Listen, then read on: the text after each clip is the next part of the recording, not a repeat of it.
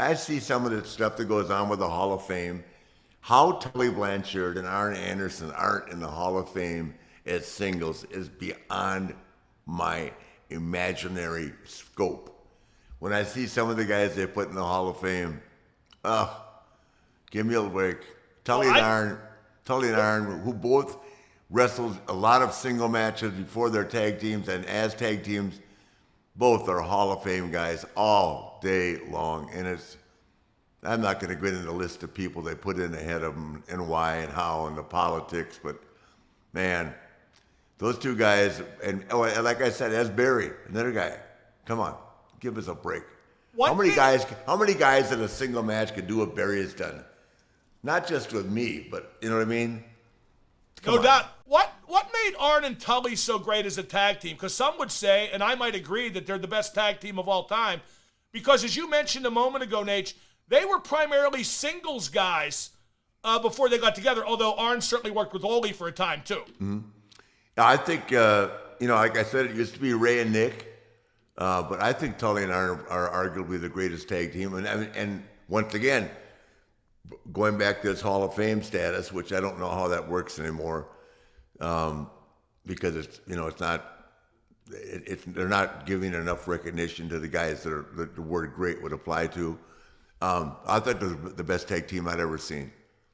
I mean, as I tell you now, I like the Usos now. I like the kids, FTR, but FTR, they grew up idolizing Arn and Tully. They had a lot of influence. I mean, you could take the Midnight Express and all these great teams, and but I don't think you're going to find a better team than Tully and Arn. And they understood it. They were much better. They were much better together than me when I would sub for one of them. Does that make sense? I was not a good tag team wrestler. Well, yeah, because a lot of guys, Nate, Arn and Tully wrestle like a tag team. Exactly. That's the strength of like FTR, the Usos as well. Whereas sometimes you throw two guys together, it's just in a match 4 guys wrestling. Does that make any sense? Absolutely. There's not that continuity, cohesion, teamwork. No. It's not the same. No, Tully and Arn fed, and we got together in 8-man. It was just, there were times that the crowd would be so loud for 20 minutes, there was no reason to even cut the babyface off. When we were wrestling Dusty, Sting, and the Road Warriors, those 8-man tags, it was insanity. We finally just out of nowhere, Arn would spinebuster one of them, which was very believable because the spinebuster was so good, or catch one of them with a DDT. We'd get a little bit of heat and then boom, blow the roof off the joint for another 20 minutes. Well, Tully got fired by WWE in 1989. He flunked the drug test. That's no secret. And he was going to go back to WCW, but he kind of disappeared from the big time after that. And he really still athletically and physically was in his prime. What happened there? I don't know. You'd have to ask him that. But it's odd even now to look back, isn't it? Because he was such a top guy. Oh, yeah, it was for sure. I just think, he got into ministry, and as a couple of the guys have, and look, Nikita took an early exit too. And when I was in the office at WCW, I told, I can't remember whether it was Jim Hurt or Eric, I said, if you bring this guy back and he puts the weight back on and he comes back as Nikita that I knew, he can draw you some money. But he just declined it and said, appreciate the offer, but I don't want to. I don't want back in the business. Some people, they get to a plateau and they walk away from it. My problem is I never got to that plateau. I still like it. Now, but Tully's doing a hell of a job right now over at AEW. Yeah, I wish they'd let him talk more. Me too. I wish they'd let a lot of guys talk more, but again, that's the 15 pounds of sugar thing. Arn too. Yep, no question. Now, the Four Horsemen were a force even after personnel changes. And again, this is no knock on anybody who succeeded them, but I felt like the group was never quite the same after Arn and Tully left. Do you agree? Absolutely. Never the same. At any point, not even close. At any point, did you want to suggest, hey, let's just stop doing this? Did that ever come up, or did you think there was still value in carrying it forward for the years to come?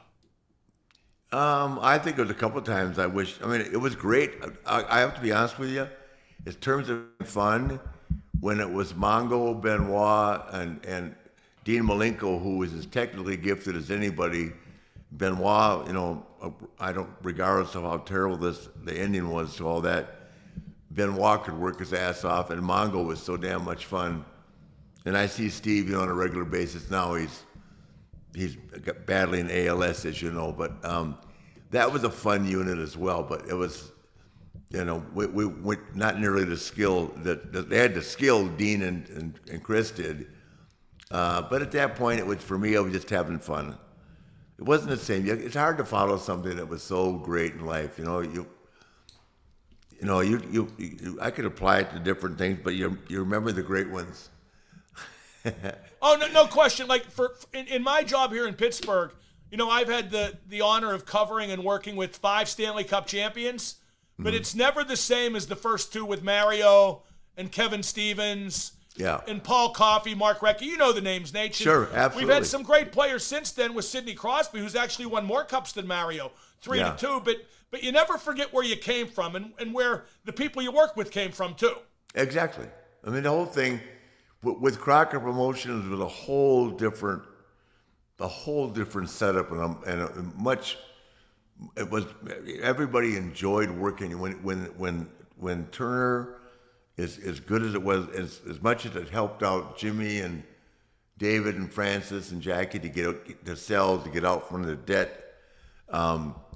With Turner, it just turned everything around. When Jim Hurd came in, he might as well have, he virtually destroyed anything that we'd ever done in the NWA.